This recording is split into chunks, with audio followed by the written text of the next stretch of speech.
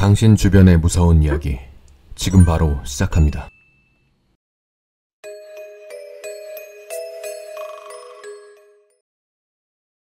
제가 어렸을 적에 살던 곳은 경기도 소재의 어느 산 중턱의 작은 판잣집이었습니다. 조선시대 때 우물가였던 곳을 메워 터를 잡아 지어진 집이었죠. 방이 2개에 부엌 하나가 있고 지붕은 슬레이트로 된 집이었는데 집안 사정으로 인해 저와 누나, 친척 한 분, 그리고 친할머니와 함께 살았습니다. 그 집의 특징으로는 방마다 나무틀에 창호지를 발라 만든 미닫이 문이 있었고 친척분은 작은 방에서, 저를 포함한 나머지는 안방에서 잠을 잤습니다. 제가 6살 때쯤 이곳에 처음 이사 왔을 때의 기억은 집의 출입문, 그리고 방문 안쪽마다 바로 위 벽에 부적이 하나씩 붙어 있었는데 노란 바탕에 빨간 글씨로 된 이 부적에 쓰여져 있는 글자가 무슨 뜻인지 궁금해 할머니께 물으면 알 거 없다고만 하셨습니다. 몇 년의 세월이 흘러 초등학교에 다닐 무렵이 되었습니다. 안방에 달려있던 부적이 떨어질랑 말랑 대롱대롱 매달려 있는 것을 본 저는 주섬주섬 의자에 올라가 그 부적을 떼어 쓰레기통에 구겨 넣어 버렸습니다. 가족들도 부적에 대해 평소 신경을 안 쓰다 보니 아무도 모르게 넘어갔었죠. 그런데 어느 순간부터 누나가 가위에 눌리는 일이 잦아지기 시작했습니다. 누나의 말에 따르면 검은색의 사람의 형체만 있는 긴 머리의 무언가가 팔목을 꽉 붙잡은 채로 자신의 눈만 응시하는데 얼굴은 보이지 않지만 눈만이 샛노란색으로 빛난다고 합니다. 더 무서웠던 건 그렇게 가위에 눌리게 되면 누나의 시선이 그 형체의 눈으로 고정되어 움직일 수 없었다고 하는데 눈을 감을 수도 피할 수도 없어서 누나는 그게 더 무서웠다고 합니다. 이후에도 가위만 눌리면 항상 똑같은 상황이 벌어졌다고 누나는 두려움에 떨며 얘기하곤 했습니다. 저의 경우는 이때까진 누나처럼 가위에 눌리거나 하진 않았지만 갑자기 몸이 허해져 자는 동안 이불에 지도를 그리는 일이 많아졌습니다. 보약도 지어 먹어보았지만 별 효과가 없더군요. 그러던 어느 날 여름 감기까지 겹쳐 방에 누워 낮잠을 청한 뒤 얼마나 시간이 지났는지 잠에서 깨어 일어나려고 하자 몸이 한없이 무거워 일어날 수가 없었습니다. 캄캄한 밤이었고 제 옆에는 가족들이 자고 있었는데 전등과 TV까지 켜져 있어 이상하다고 생각했습니다. 그 순간 안방 중앙 밑바닥에서 머리는 산발을 해서 얼굴이 보이지 않고 하얀 옷을 입은 여자가 쑥 하고 솟아오르더니 날아와 제 양쪽 가슴을 발로 밟고 서니 숨이 턱 하고 막혀 제대로 쉬어지지 않는데 그것은 고개를 내려 제 눈만 조용히 쳐다봤습니다. 아니, 얼굴이 보이지 않고 머리카락만 보였지만 저를 쳐다본다는 건 알 수 있었습니다. 무섭다기보다는 몸이 움직여지지 않는 것에 당황해 허둥대자 그 반응이 재밌었는지 깔깔대며 덩실덩실 춤을 추기 시작했습니다. 고개는 내려 얼굴만 제 얼굴을 향한 채로 양손은 번쩍 들어 좌우로 왼발 오른발을 번갈아 들며 춤을 추는데 제 가슴을 밟을 때마다 박자에 맞춰 심장이 터질 듯이 뛰었습니다. 얼마 정도의 시간이 지났는지 꿈이라면 빨리 깼으면 하는 생각이 드는 찰나에 할머니가 잠에서 깨었는지 일어나시는 순간 그 여자는 점점 희미하게 제 눈앞에서 사라졌습니다. 심장의 박동도 서서히 점점 잦아들더니 안정이 되었습니다.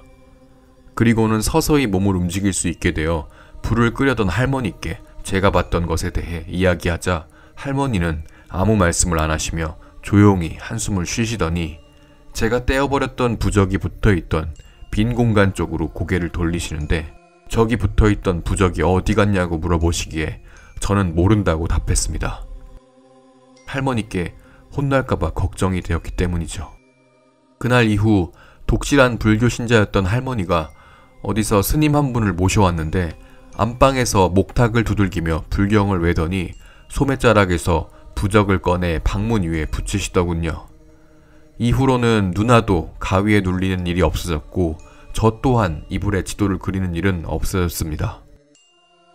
세월이 흘러 제가 살던 예전 집터는 등산로 부지로 선정이 되어 이사를 갔고 집은 이내 허물어 지금은 등산로의 우물가로 활용되고 있습니다. 가끔 어릴 때 할머니와 누나랑 살던 어린 추억이 생각날 때면 옛 집이었던 그곳을 찾아가기도 합니다. 이제 그곳은 등산로라서 사람들도 많이 왕래하고 훤한 대낮이긴 하지만 가끔은 등골이 서늘한 기분을 느끼기도 합니다. 그 여자는 결국 뭐였을까요? 지금까지 제가 서늘함을 느낀다는 것은 역시 터가 안 좋은 것이었을까요? 영화관 아르바이트생들이 겪은 이야기. 첫 번째 이야기. 영화관 입구에 반층 정도 되는 계단이 하나 있었습니다. 영화표 검사 후 바로 계단 밟아서 올라가면 7, 8, 9, 10관 입장 복도가 있었는데 그 계단에서 입장객들 중 많은 사람들이 항상 넘어져서 다치는 일이 자주 발생했습니다.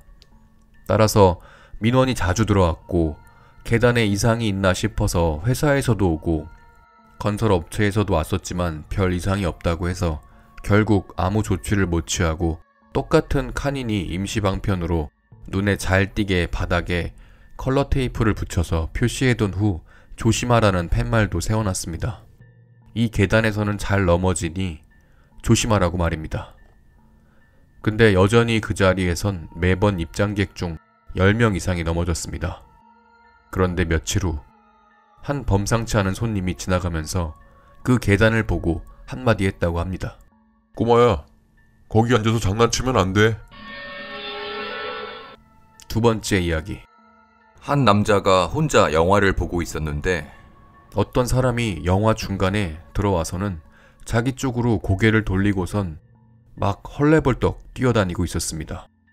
이쪽 저쪽 계속 정신없이 뛰어다니는데 얼굴은 자기 쪽을 쳐다보면서 계속 뛰고 있었다고 합니다. 남자가 짜증나서 영화를 보던 중에 나와서 영화관 직원한테 저 사람 도대체 뭐냐고 크게 화를 냈고 그 이야기를 들은 직원과 함께 그 상영관에 들어갔는데 그곳에는 아무도 없었다고 합니다.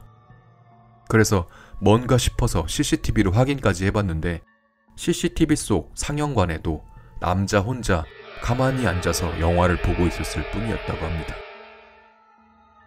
세 번째 이야기. 영사실에서 아르바이트를 하던 친구가 해준 이야기인데 보통 친구 혼자 근무할 때가 많았었다고 합니다.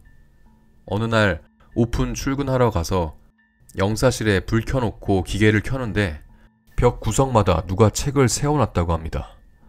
매일 같은 장소에서 똑같은 일을 하다 보니 그런 사소한 변화도 눈에 잘 띄었던 것인데 가까이 가서 그 책을 보니 전부 성경책이었습니다.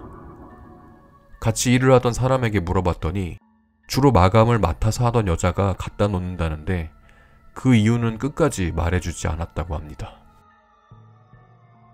네 번째 이야기.